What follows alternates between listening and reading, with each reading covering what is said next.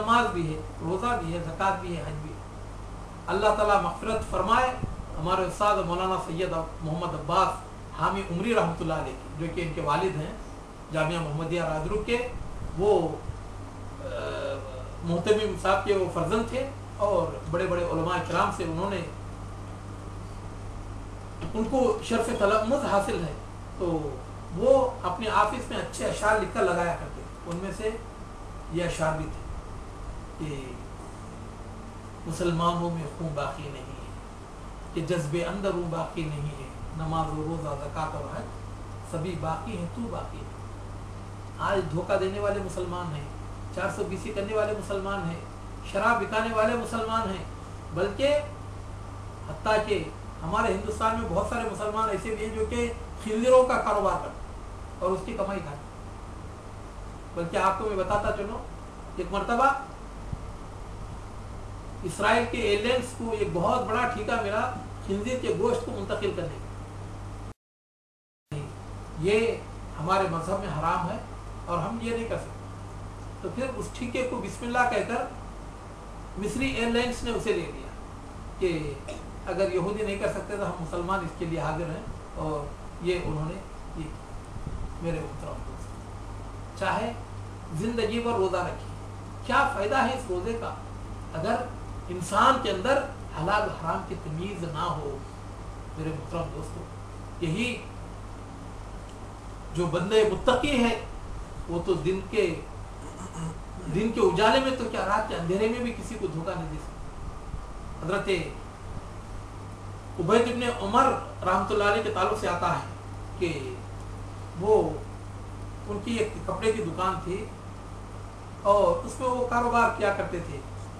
تو عصر کی نماز کا ٹائم ہوا تو اپنے بھتیجے کو اپنی دکان میں بٹھایا اور کہا کہ بیٹے میں جا کر نماز پڑھ کر آتا ہوں، تو تم بعد میں دوسری مسجد میں جا کر نماز پڑھ لینا جہاں کی دیر سے نماز ہوتی ہے، تو میرے آنے تک تم اس دکان میں رہو، اور جو کپڑے ہیں یہ 200 درہم کے ہیں اور یہ جو کپڑے ہیں یہ 400 درہم کے ہیں، کوئی بھی آئے تو اسی طرح بتا دو۔ وہ گئے، جا کر واپس آ رہے تھے تو دیکھا کہ ایک بدو انہی کے دکان کا کپڑا لے کر آ رہا تھا اور اس کپڑے کی قیمت 200 درہم۔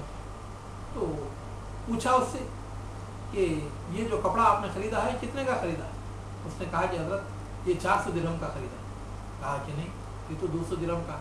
کہا نہیں حضرت، ہمارے ہاں تو 600 درہم کا بکتا ہے، یہ تو مجھے بہت سستا مل گیا۔ کہا نہیں میرے بھائی، یہ تو آپ نے ڈبل قیمت دی ہے، آپ میرے ساتھ چلیں اور میں آپ کو پیسے واپس دلا دوں۔ اسے لے کر آئے اور 200 درہم دکان سے نکالا اور اسے دیا اور اسے چلتا کیا، اور پھر اپنے بھتیجے سے کہا کہ اللہ تستحیی اللہ تخاف من اللہ، کہ اللہ تعالیٰ سے تم نہیں ڈرتے، تم کو کچھ بھی امستحیی تھا، تھوڑی سی بھی تم کو حیا شرم نہیں آئی؟ تربا مثل ثمن وتترک النصح للمسلمین، کہ جتنی قیمت ہے تو اتنا تم فائدہ لیتے ہو اور مسلمانوں کے ساتھ خیر خواہی نہیں کرتے۔ میرے محترم دوستو، اگر آج کا زمانہ ہوتا تو باپ پیٹ تھپکتا اور کہتا کہ ماشاءاللہ میرا بچہ بڑا ایڈوانس ہو گیا ہے۔ یہ ہے تقویٰ۔ حضرت امام محمد بن سیرین رحمۃ اللہ علیہ کے تعلق سے آتا ہے کہ آپ زیتون کے تیل کا کاروبار کرتے تھے۔ ایک مرتبہ 80,000 درہم کا تیل منگایا زیتون کا، تو جس وقت ان کو کھول کر چیک کیا تو دیکھا کہ اس میں ایک مردہ چوہیا نکلی ہوئی ہے تیل میں۔ اگر ہم جیسے لوگ ہوتے تو کیا کرتے؟ اس چوہیا کو نکال دیتے اور نکال کر پھینک دیتے اور باقی جو تیل ہے وہ بکا دیتے۔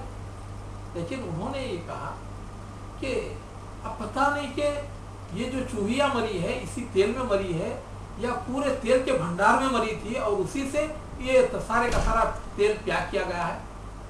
انہوں نے کہا کہ احتیاط یہی ہے کہ یہ سارے کے سارے تیل کو ضائع کر دیا۔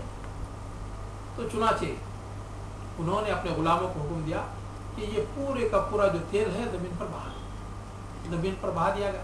اب تیل بکتا تو جس سے انہوں نے خریدا تھا تو اس کو پیسہ دے، جب وقت آیا پیسے دینے کا تو پیسہ وہ نہیں دے سکے۔ اس نے جا کر شکایت کر دی اور ان کو جیل میں ڈلوا دیا، جیل میں جانا گوارا کیا قاضی کے سامنے مجرم بن کر کھڑے ہونے انہوں نے گوارا کیا.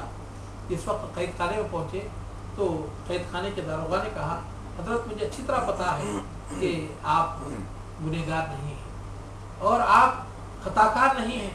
میرے طرف سے آپ کو یہ اجازت ہے کہ عشاء کے بعد رات کے اندھیرے میں آپ اس جیل سے نکل جائیں اور صبح کی نماز سے پہلے آ جائیں. تو آپ اگر جانا چاہیں تو میرے طرف سے اجازت ہے. امام محمد ابن سیرین رحمۃ اللہ علیہ نے فرمایا اللہ کی قسم تیری اس خیانت میں تیرا ساتھ نہیں دے سکتا. انہوں نے ذلیل ہونا گوارا کیا, جیل میں جانا گوارا کیا, لیکن مسلمانوں کو دھوکہ دینا انہوں نے گوارا نہیں. تو میرے محترم دوستو یہ ہے تقویٰ, اور قرآن مجید ہم سے یہی مطالبہ کرتا ہے لعلکم تتقون, تاکہ تم گناہوں سے بچو, گناہ کے سائے سے بھی بھاگو, گناہ کی بدبو جہاں پر آئے تو اس کے قریب بھی تم نہ کرو. تو میرے محترم دوستو اور یہی روزے کی روح ہے کہ لعلکم تتقون, تاکہ تم متقی اور پرہیزگار بن جاؤ.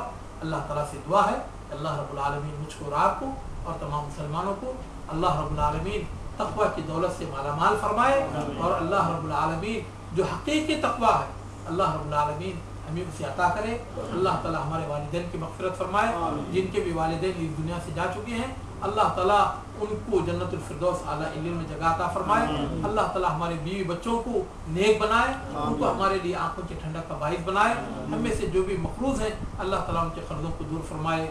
جو بھی بیمار ہیں امت کے سارے بیماروں پر اللہ تعالیٰ شفا کاملہ عاجلہ دائمی نصیب فرمائے. ہر جگہ کے مظلوم مسلمانوں کی مدد فرمائے, ظالموں کو تباہ و برباد کرے, جب تک دنیا میں رکھے ایمان و عمل صالح کی توفیق دے. اس وقت موت دے تو کلمہ لا الہ الا اللہ محمد رسول اللہ صلی اللہ علیہ وسلم پر ہم تمام کی موت عطا فرمائے. آمین وآخر دعوانا. محترم دوستو, یہ چند اعلانات یہ ہیں کہ انشاءاللہ آئندہ ہفتے کے دن 20 تاریخ کو 20 تاریخ کی 20 تاریخ